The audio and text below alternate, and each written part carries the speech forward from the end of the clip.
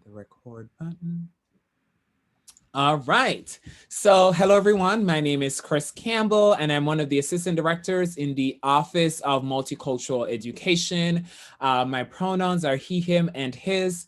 I want to thank you all for joining us for joining the Office of Multicultural Education for the final Black Excellence and Legacy Learn series session.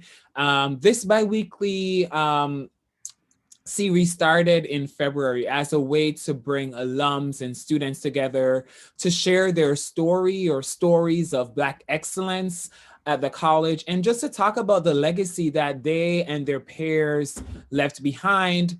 Additionally, one of our hopes, we hoped that this series accomplished one of our goals, which is to document and educate the Holy Cross community about all the ways Black students and alumni have and continue to excel in and out of the classroom.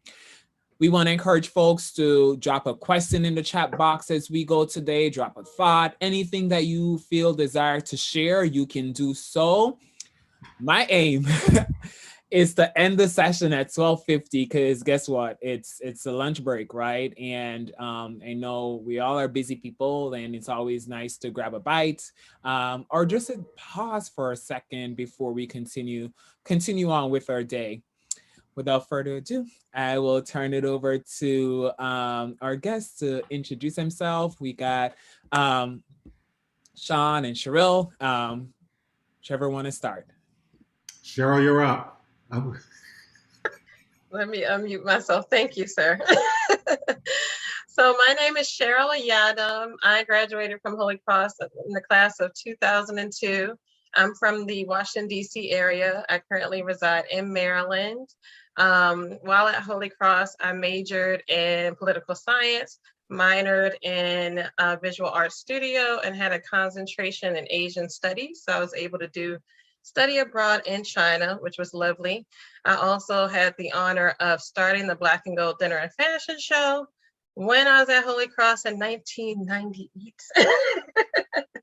And I'm happy to know that it still goes on. I think about 2-3 years ago, I went back for the BSU anniversary, I think 50th, and then also it was like 20 years since we started the fashion show, went back for that. So that was a very distinct opportunity. This fact that the fashion show still happens, I am so honored. It still is going on, and it's way better than even what we did in the 90s and early 2000s. So it's a pleasure to be here. I currently work in medical device sales. I'm a rep, so I sell ostomy products. I also have my own business, Lotus Event Management, because I love planning fabulous events. So I still do that. I plan a lot of multicultural weddings and events. So that also keeps me busy at night and during the weekend. So that's just a little bit about me, but thank you again for having me.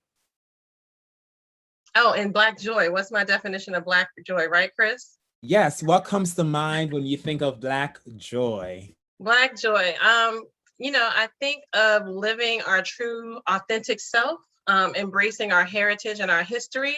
I'm Ghanaian American, but I'm also very Americanized. Even when I go to Ghana, they're like, you're very American. But I also embrace the culture. I love just learning about, different, people of color, especially Black people, where they're from, what makes them happy, but also having an opportunity to live in our truth, not having to edit ourselves or, change our demeanor when we're in certain environments because we think that it won't be embraced. I just say, shoot high, shoot your goals high, live your life. Don't be restricted thinking, oh, you can't do certain things because you're a Black person, or you're of color or you have an accent. Just live joyfully. I try to do that every day, and it's worked very well for me. And, the older I've gotten, I've started to embrace it even more. So just being your true, authentic self and not having limits. Thanks. Schone, are you next? I guess I'm next. Cheryl, that wasn't fair when you went down there and went with the class year and you covered up and stuff like that. Because now I've got to sit there and go like, I can't go back to, is there such thing as 2074 or something like that? At any rate, Schone Malliet, class of 74. Yeah, and I all the hair that I have that's gray no longer exists. So I don't have any hair. Notice that. So, but I was an economics major. I hail from the Bronx. So I'm a projects kid, an asphalt kid, so to speak. Um, Majored in economics. Left Holy Cross as a Marine officer. Went in the Marine Corps for 8 years, 9 months, and 11 days, give or take a few hours as a pilot in the Marine Corps. Got out in California, went into technology when technology was not even spelled correctly, and got an MBA from Pepperdine. Pepperdine's up in Malibu, and then from there, from salesperson to CEO of a couple of companies, technology companies, and came back home. Was in wealth management, and then started a nonprofit that uses winter sports and activities to, I guess, to develop with kids better attitudes about themselves, self-esteem, about health, whether it's mental health, physical health, or nutrition, opportunities, taking things that you don't know and master them, mastery of those things, a choice for their lives, and then a love of the outdoors. Um, so my background, I've always been in a minority and a majority environment, except for when I grew up. And I guess if I were going to talk about Black joy, um, just to be me. So, I mean, something Cheryl said was that in all of that world, I have, and I still continue to manage myself to be relevant and to be heard and still lead. So, to be able to use humor to mitigate my tone and my style so that people are comfortable, because somebody says you're an imposing figure, or you bring you command a room. Sometimes that's taken as more discomforting than comforting. So I have to work constantly at managing myself so that I can still be heard and still be relevant and still lead, which is a tremendous amount of pressure when you think about for the number of years since Holy Cross that I've had to do that. And I still do that. And I was just talking to Chris about that. We just, my management team, we are talking about strategic planning, and I said something about guys, and I have to correct myself and go, okay, look, everybody, there's a new day with pronouns and those things, so that it's inappropriate for me to do that. So I guess the Black joy is that everybody is free to just be themselves, or for me to be me, not to worry about telling my son about just us, the application to protect yourself, or those things, just to experience life as everybody else, but still embracing the richness of a background from my father's side from Jamaica to my mother's side from Shirley, Virginia, and to be able to acknowledge the history of it without it being, with it being joyful and experientially great. Well, thank you, Sean and Cheryl.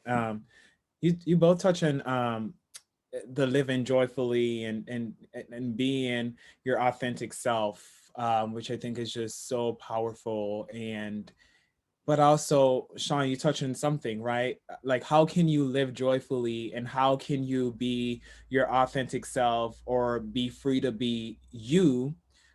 When what I also heard was, as Black people, society infringes on our being, right? You talked about managing yourself, right? And if you're managing yourself because of societal expectation, then can we truly be free? Can we truly be authentic, right?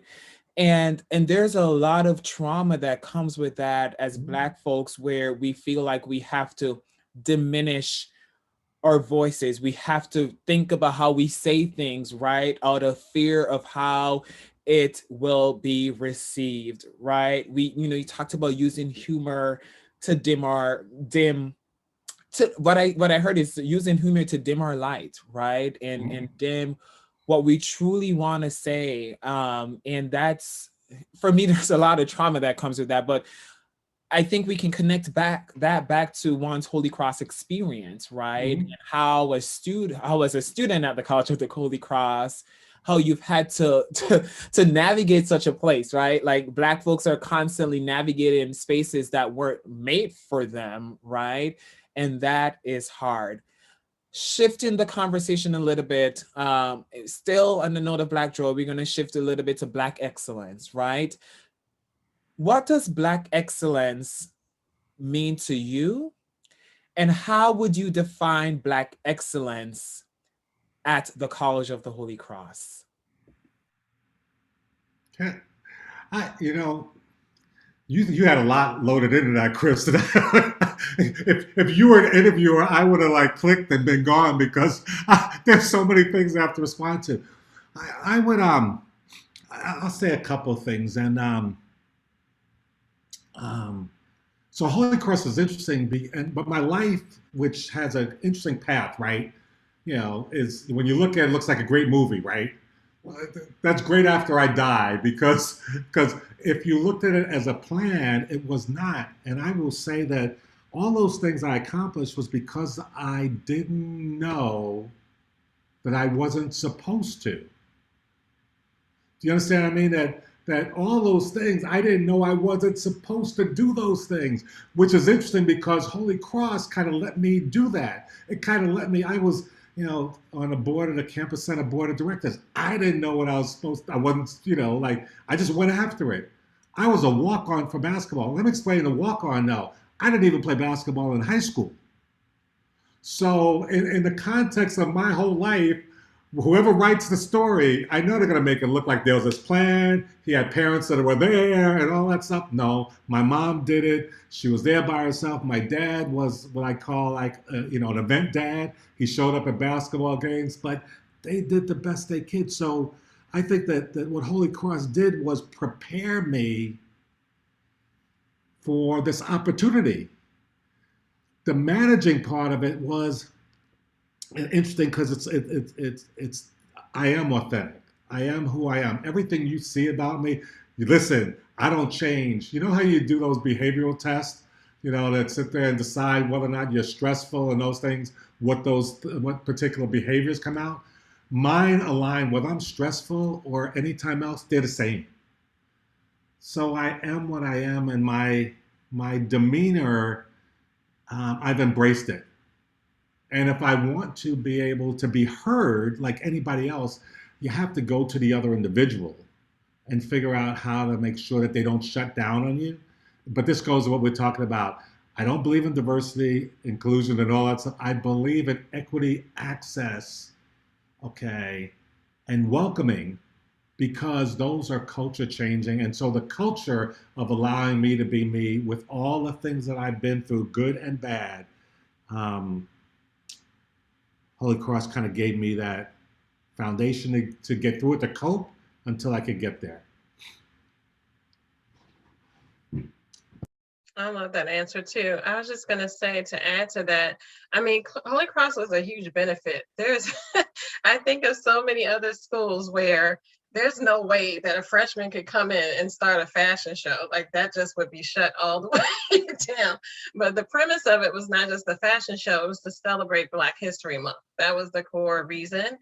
There was nothing happening. I mean, I went on the campus, aside from a great education, let me not forget that part, but there was nothing else like socially integrating like the Holy Cross community when I was there. So one, I'm a very social person. I was bored to death. Two, I was like, what do we do? Like, what brings everyone together?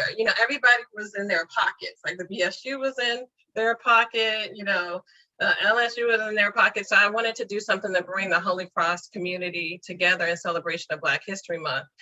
It was difficult, but no other campus or school would allow you to do that. No other campus would allow you to get access to the president as a freshman, just saying you want to talk to the president. So it just showed me, like, if you really go after something, you want to do something in your life, you can pursue it, and there are people around who will support you, but you can't have restrictions and limits. Black excellence to me also means bringing in other people. So like I said, with the the fashion show, we were able to kick that off. And because that was a success, then LSU were able to do Noche Latina. Other groups were able to do, CASA was able to do some other events. We just started to unite the whole campus. Everyone looked forward to the celebration. People in the show were like all different facets and backgrounds from the campus. So it was very inclusive. And I do believe in being inclusive, just in life in general. Even at my job, again, I'm in medical device sales. I'm one of the few Black faces. My customers, the majority, I would say 97% do not look like me. But, I try to embrace that. I try to have good, camaraderie with them, communication with them. Not all of them are welcoming, but I don't focus on that. I focus on my job and doing it well. And that's what comes across, but also consistency. I remember when I first started in my position, they were kind of dismissive, like, oh, we don't need to talk to her. She's not going to be around. She's not important. But because I kept showing up every day and showing up well and doing my job and exceeding expectations, then they start to shift their thought process. And I find that applies in all aspects of life. If you're consistent, if you show up, if you have goals and you work on them consistently, you start to get more respect from people. Will everyone like you? Probably not, but I can't focus on that. I have this life to live and I choose to live it well, but I also choose to bring people up with me. So that's why when I was invited back to campus twice recently, I think in 2019 and maybe 2018, and I went back, I hadn't gone back to Holy Cross in years. But one promise I made when I graduated and I left in 2002 was, if the BSU calls me, I'm showing up. If the Bishop Healy Council, calls me, I'm showing up. If the Bishop Healy Committee calls on me, because they showed up for me. They supported me. Holy Cross as a whole, I got a great education. I got to meet some phenomenal people, but it really fostered the basis for which I lived my life. I had a lot of support, a lot of resources. I was encouraged, but I wasn't limited in what I could do. And that's really prepared me in life. And really show me, that there's nothing that you can't accomplish if you put your mind to it, but you have to put in the work though, because there'll always be naysayers, always. At Holy Cross, I love Holy Cross. There were a lot of naysayers, a lot of people who were like, no one's gonna come, you can't do this, but at the end of the day, people showed up. So you have to set your own expectations as a person of color, as a Black person, but also follow through and then lead on other people. Schone is here today, I'm here. Students can call us, they can email us, we've been there before. We know the campus has changed. The campus to me is better. The last time I was at Holy Cross, I saw a sea of Black people, a sea of people of color. It was extremely diverse and inclusive. So I was overjoyed about that. But we want that to continue. We don't want you to have the struggles that we had, when we were there. It should get better, but tap into your resources. One thing I would change about my time at Holy Cross is I would make more connections with alumni.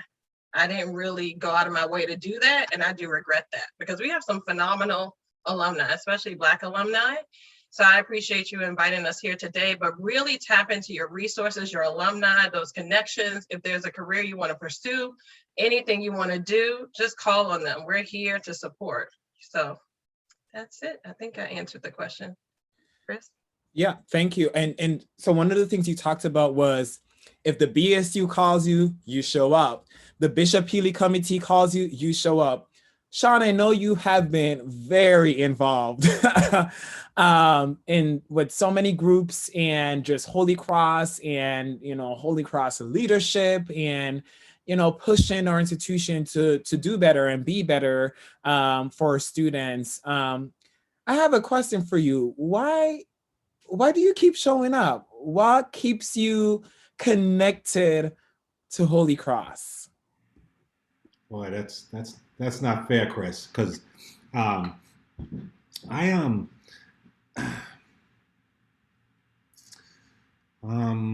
So this is tough.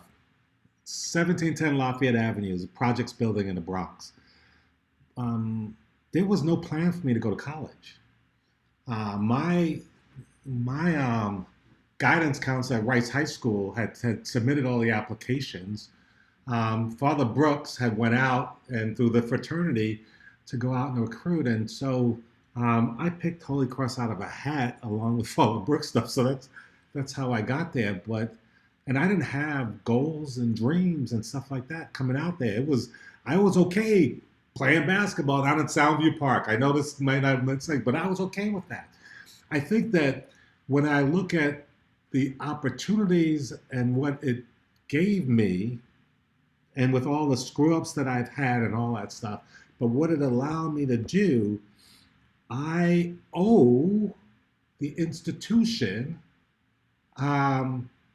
my treasure that I didn't really deserve, to go back and to make sure that I did all that I could for the institution and every single person that attends it. And from so many different things, and to be me and be able to do that. That's my, I don't know what happened, but if somebody said, what's my core competency? My DNA is to be a problem solver and to be able to not necessarily to shield the experiences of kids there now, but to be a safety net and guide rails so that you can bounce off of them, but come talk to me about it, because you're going to get reality from me, from my perspective, not direction, but at least the opportunity to ask and answer questions. It's, I guess they say, to those who have been given much, much you have to return. I don't have anything else, but I need to do is to make sure that every single kid, faculty member, staff member, or anybody there, that I can do the best to be there for them. I owe it. Thank you for sharing. I I hear that a lot from alums, right?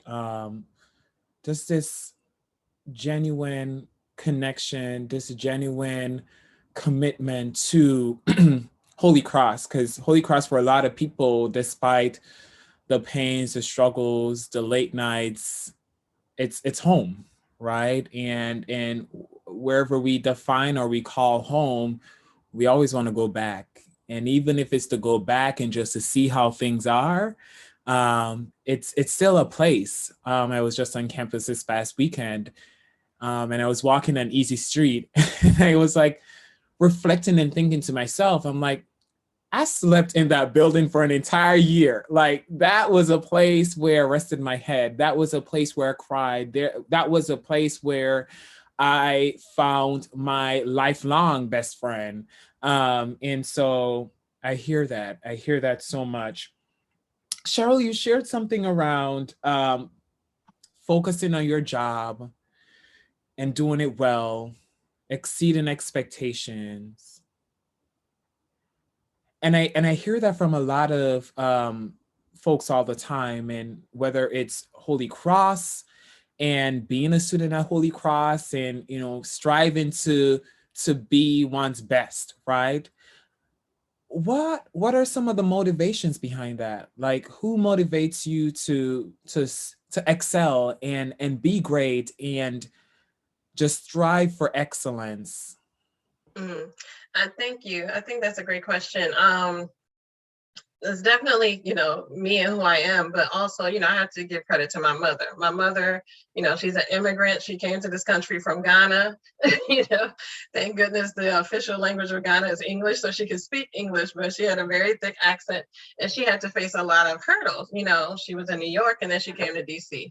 And, you know, then she had me and my sister, but she raised us by herself, working as a, you know, nursing assistant, 12-hour shifts, sometimes every day of the week. Never slept, would come home, help us get up, go to school, you know, check on us, do our homework, and then she'd have to go to work again. So she sacrificed a lot. So, you know, and then if you know anything about Africans in general, like, you cannot disappoint African parents. They want you to be a doctor or lawyer, pretty much, that's it.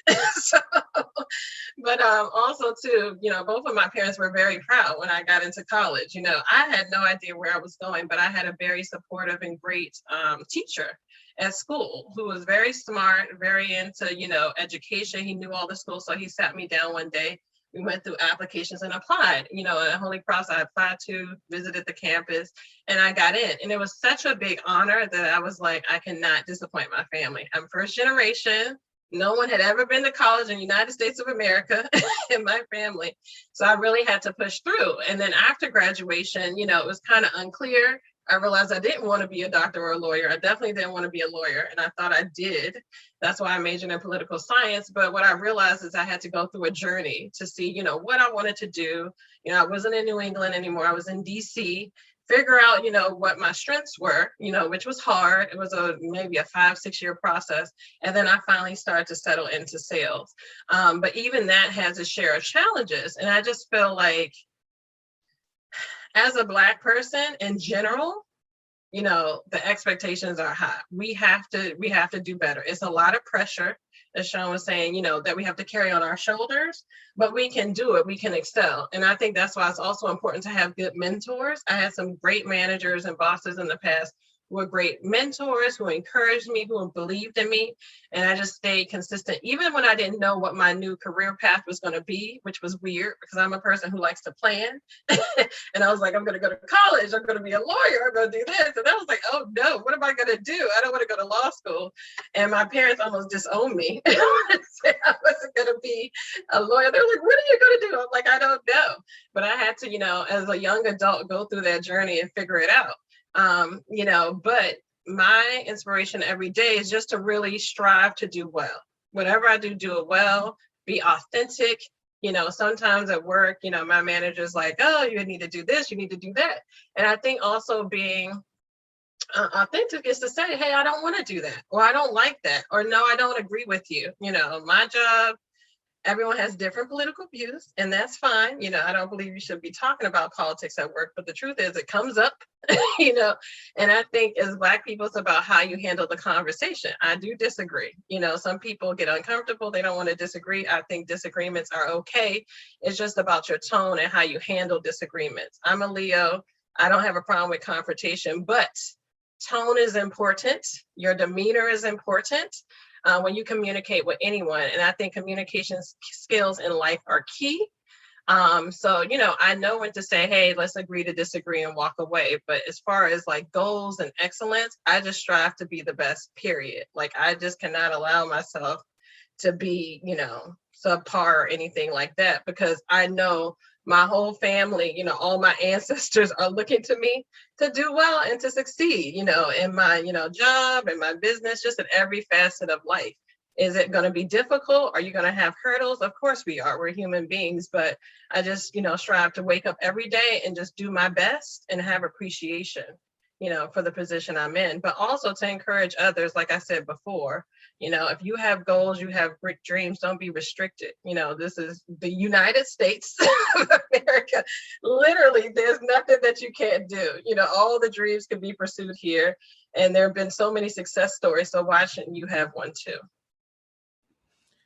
Why shouldn't you have one too? And shout out to immigrant parents and our ancestors for, you know, building us up, and you know, we owe a lot of gratitude to them, and especially our parents, right?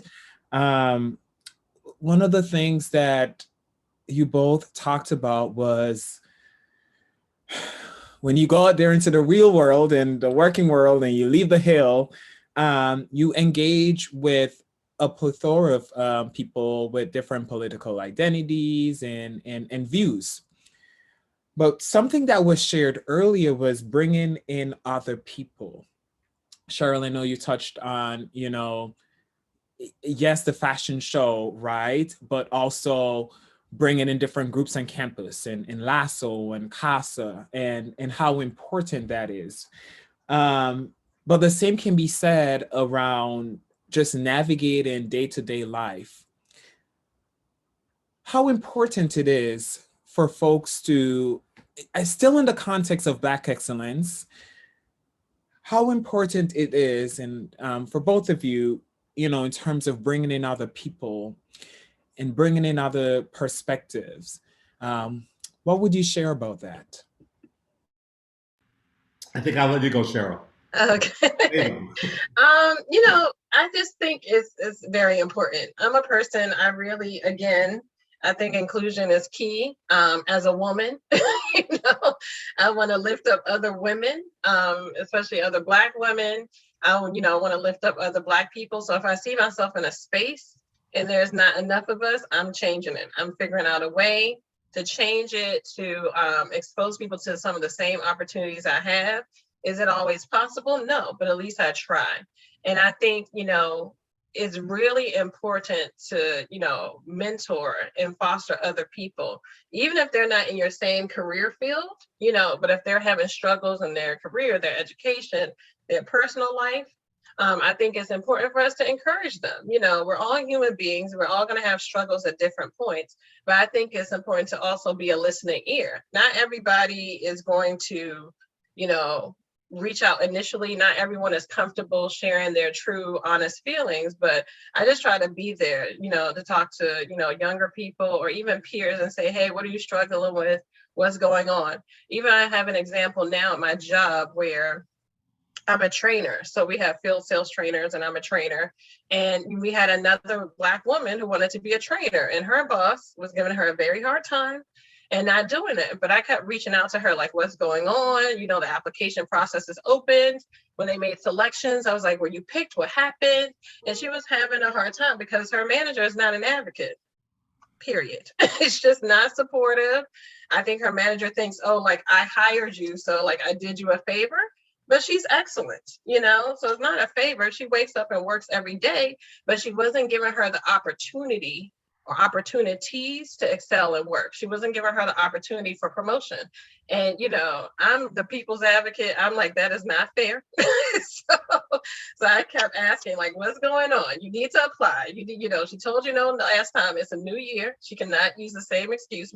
We work in the same organization, you know, apply. And she was able to apply. And luckily she got, you know, appointed as a trainer this year, you know, but I try to bring her along because we're even in the same territory. So we both have Washington, D.C. So for example, you know, some of our customers can be very difficult. They don't return your calls. You know, we're in a virtual environment. I'm in the medical field, so you can't see everyone. You can't walk into every hospital or post-acute facility. But when I get an appointment, I call her. Hey, have you seen this customer? I got an appointment. You want to come? She's like, oh my gosh, thank you. And then she's able to come in with me and talk about her product too. And I never had that collaboration before with the person that was in her position before her, which was her boss. You know, she would never call me. She would never collaborate.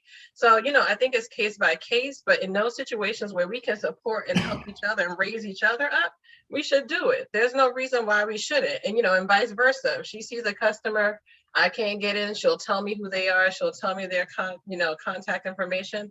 So I think it's about finding various opportunities in our lives that we can support and help each other. Some people might see it as an obligation. I don't. I just see it as an opportunity for us to help each other grow and excel.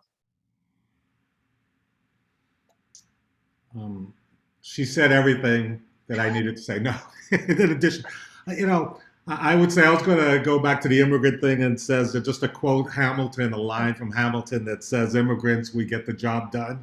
If you haven't seen Hamilton, go back and take that. But we're in a world that our best success comes from the reliance, leaning into, leaning on, or pushing up other people around us. And I tell people, if anything, you need to create your own kind of personal board of directors. What I say about that is mentoring and those things in an organization or whatever, you're going to have multiple people, because I guarantee you're going to have a boss you work for that ain't going to like you. And so you're going to need to have somebody who can protect you. You got to have a mentor that's in the room where it happens. I guess I use Hamilton, all that stuff, but you know, a lot of decisions get made in places where you're not there. So you're going to have somebody to advocate before you. And then the other part about mentoring, you need to have somebody that you can share your authentic self with, to be you, to be afraid, to be scared, to be not sure, and to look for guidance and those things. That's not always the same people. And by the way, that's not always the same ethnic groups. You know, I think that too often, there used to be times in my legacy, you know, way back, where we had one particular homogeneous kind of platform for being Black, and that doesn't exist anymore. And so I'm not so much interested in somebody who always looks like me, but more so who understands how I feel and can think like me, because that may be somebody who's not necessarily the same ethnic group. Um, I became a CEO because I didn't know I wasn't supposed to. But I remember in 1988, I put vanity plates on a car that said "To be CEO" in the technology side. Trust me, I did, and had no idea what was going to happen. I became a CEO of a technology company because of an individual who was a black CEO and investor, Mike Fields, who knew of that and came back and said, "Are you ready?" And he made me a CEO, and I failed miserably. That's okay. Failure is okay with me. I believe in making lots of mistakes. I really do, because that's where growth comes from.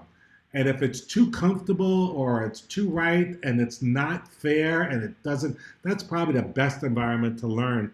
So I'll say that my role is to be there for somebody to come to me and say, Sean, I don't understand, or I feel this way, whatever, because you're going to get the same Sean you're getting now. Is that I'm going to give you the benefit of not me being an expert on you and your experience, but on Sean's experience as a black male in the rest of the world.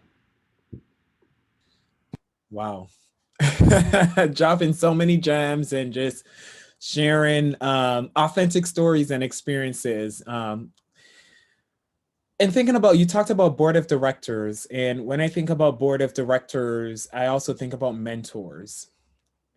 And, thinking back to your time on the Hill, did you both have any mentors during your time at Holy Cross? And how did they prepare, help you for life?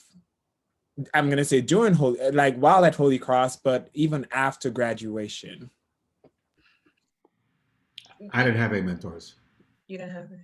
I didn't have any mentors, but I did have a group of collective black individuals who dealt with my inefficiencies and my inadequacies and all those things, not nicely, by the way, but gave me the strength to do that. And I think that now when I look back, and I'll tell you, my close friends today, are Ron Lawson, Harry Thomas, Peyton, Danita. I mean, we probably talk 4 or 5 times a day about things we're going through, and Stan Grayson and all of those. So, and then connecting with Chris, Cornell, Amir, everybody. I didn't have that, and that's why I give back too, because it's tough getting through life or whatever without anybody to lean on or lean into, or anybody to pick you up.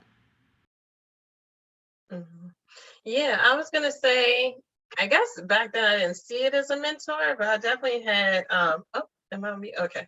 I definitely had advocates and supporters, again, the BSU, I was on the executive committee and we had a lot of support. One of the first people who was just very encouraging was in the Office of Multicultural Affairs back then. That was Raj.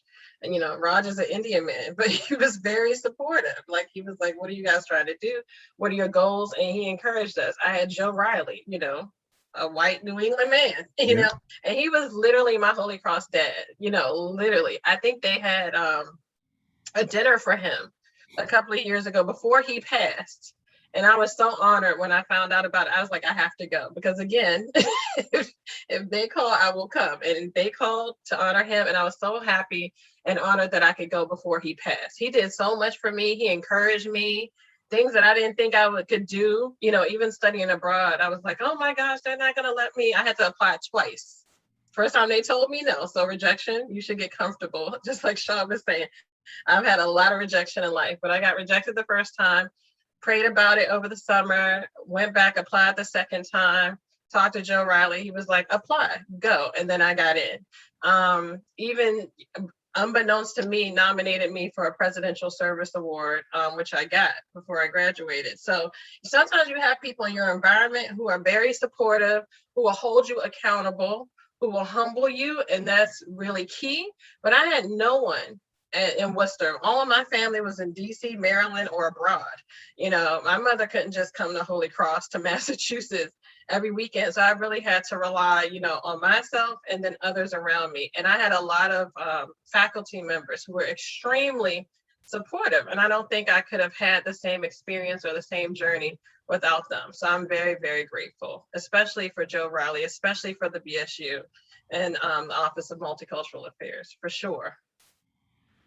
Thank you both. I have two more questions as we begin to wrap up our time together. And one of the questions is for me, and then another question is, the last question will be from one of our students on the call.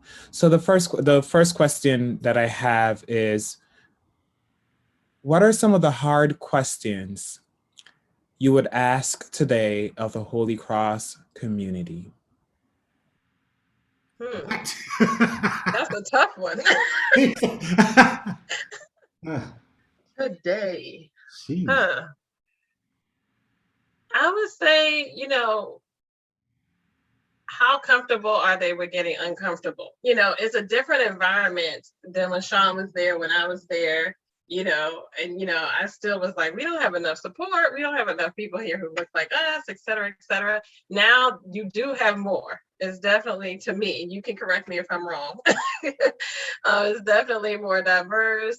You have more inclusion, but how comfortable are you with being uncomfortable? Which means, we have Black Lives Matter movement. Is that just holding up a sign? Is that just posting, a black square? What are you willing to do? I'm not saying to throw yourself in front of, a fire, but is it just all talk, or what actions are taking place to be more inclusive and to listen to the Black voices on the campus, and to lift up, other Black people? That would be my question. Like, I want to know action plans, because it's really nice to talk about it in corporations all throughout the United States. Everyone's like, we have, diversity and inclusion. We have a council. We have this and that. But when you ask, like, okay, what are we doing beyond that? They're like looking at you like you're a ghost. So, Holy Cross, I have very high expectations for, because it's a great school and I think it's been very supportive. But I want to know what they're doing to, have more Black students, to have more Black faculty. When I was there, I think we had 2, literally, which was a problem. So, I just want to know, what are they willing to do to get uncomfortable, but also to include more Black people in terms of like leadership and responsibility, and even admissions process, to have more Black people on campus. Wow. I don't know if I could follow that up. I think that for the faculty, the staff, the students, and the alumni, I think it's important for all of us to step into this thing about culture changing versus diversity, inclusion, and equity. And I just came because from a BSU member who interned for me last year, Mia, said during one of my staff meetings with my management team, Sean, are we talking about committees or culture changing? And I would say that culture changing requires it to be personal. So I would ask, because the Holy Cross community, I don't want to say Holy Cross because that's an institution, that's buildings. The community is people, and that's administration, staff, and faculty members, and students and alumni. Is how can I, as an individual in this collective, take a step into that uncomfortable place and start to change the culture by asking of myself the uncomfortable questions and then having the uncomfortable conversations. See there, Sean, you did it. It was it was a tough question, but you made it through. Okay, the last question, and for our students, as I mentioned before, we record these videos, we share them with students. So what's one advice that you would share for current students, specifically like students of color, around just building on their own legacy at the college, or, reaching their own individual goals? Just any advice, any tips, any words of wisdom for students of color, and it could be for all students too. I think for all students, I'll say, 1, don't succumb to the pressure of having to choose your major the first year. You know, college is a whole experience. You're fortunate to be able to attend college, such a great college. I would say kind of, you know, do your requirements, but, you know, you don't have to declare immediately. You know, take some time, figure out what you want to do, not based on your parents, not based on what, you know, looks good. Really do, you know, something that you want to pursue. And then look at other examples in the world of people who've done things that you want to do. Look at what they studied, what kind of courses did they take, and kind of plan your career path and your studies at Holy Cross from that perspective. If there was something I could change, I would change that. I would figure out what I wanted to do.